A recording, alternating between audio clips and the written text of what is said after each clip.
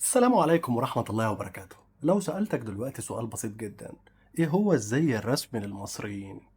هتسكت شوية او هتقول احنا ما عندناش زي رسمي اصلا.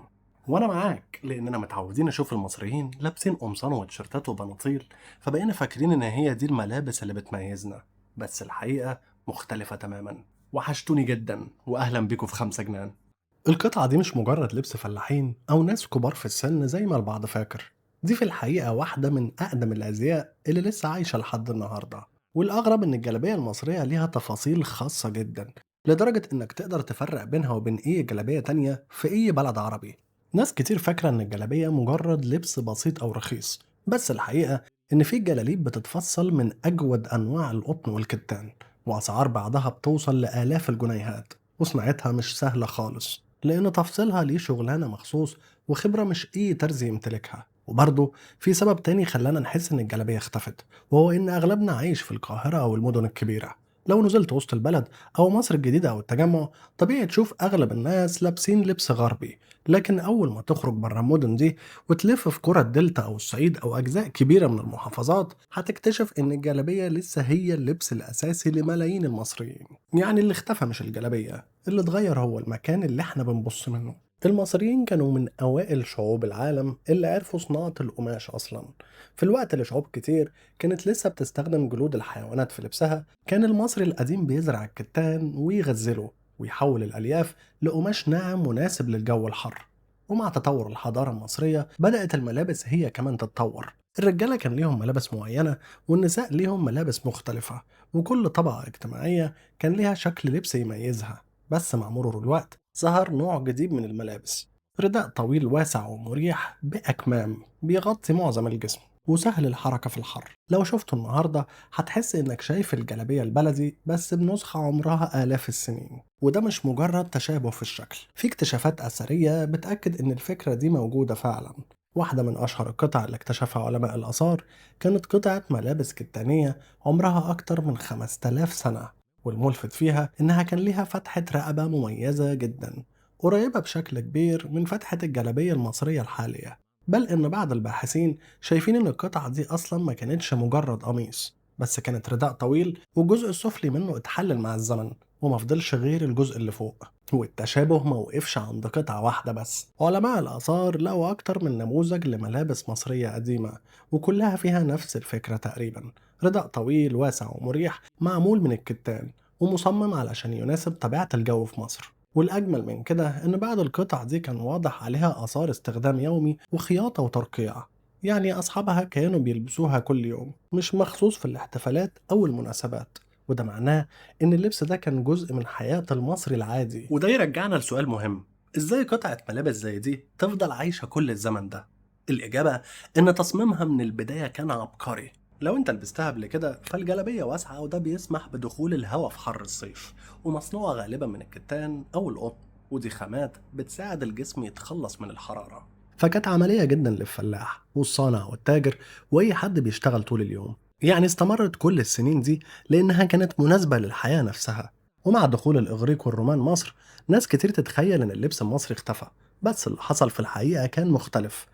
الملابس اتأثرت فعلا بالحضارات الجديدة، الألوان اتغيرت والخامات بقت متنوعة وظهر التطريز والزخارف بشكل أكبر. بس شكل الرداء الطويل نفسه فضل موجود.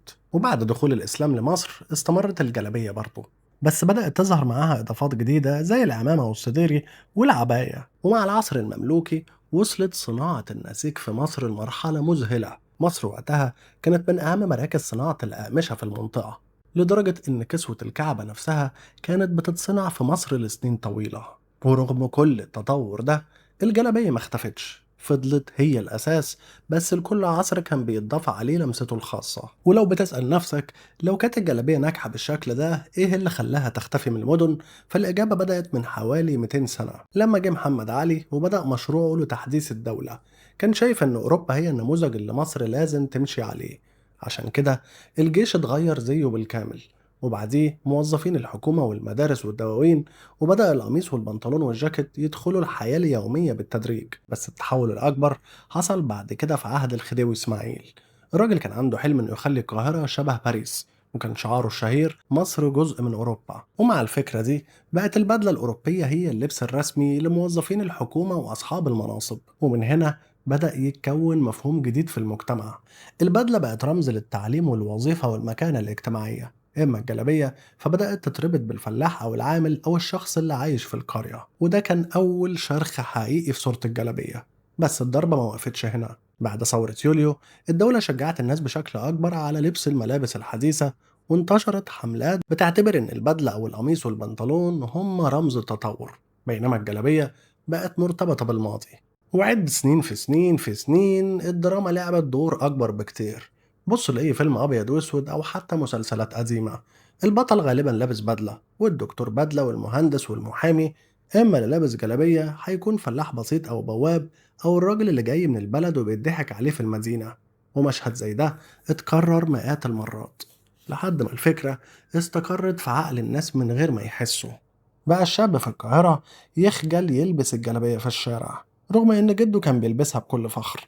وبقت قطعة ملابس عمرها آلاف السنين ناس كتير بتعتبرها مجرد لبس بيت أو لبس نوم، بل إن في أماكن معينة بقى الدخول بالجلابية ممنوع، رغم إن دي كانت في يوم من الأيام الملابس الطبيعية لكل المصريين. بس بعيدا عن العاصمة القصة مختلفة تماما. في الصعيد مثلا الجلابية لسه لحد النهاردة رمز للهبة والرجولة، وكل محافظة تقريبا ليها شكلها الخاص. في جلابية بكم واسع يناسب حر الجنوب، وفي عمة ليها طريقة لفة مميزة، وفي عباية بتكمل الشكل، وكل التفاصيل دي بقت جزء من الهوية المحلية. وفي الدلتا كمان الجلابية موجودة بس بتصميم مختلف يناسب طبيعة الشغل في الأرض والحركة المستمرة. إما في النوبة وسينا ومطروح وسيوة، فكل منطقة أضافت لمستها الخاصة سواء في الألوان أو الخامات أو الإكسسوارات. يعني رغم إن اسمها واحد، إلا إن الجلابية المصرية بقت ليها عشرات الشخصيات المختلفة. فلو بتدور على الزي الرسمي للمصريين، لو بصينا للقاهرة ممكن نقول مفيش، بس لو بصينا لمصر كلها هنكتشف إن الجلابية لسه موجودة، ولسه ملايين المصريين بيلبسوها كل يوم، سواء في الصعيد أو الدلتا أو النوبة أو سينا أو حتى في المدن. اكتب لي في الكومنتات لو طلبوا منك تختار زي يمثل مصر قدام العالم، هتختار الجلابية ولا شايف إن في حاجة تانية تستحق؟ أشكركم للمتابعة واستنوا حلقات أجمد.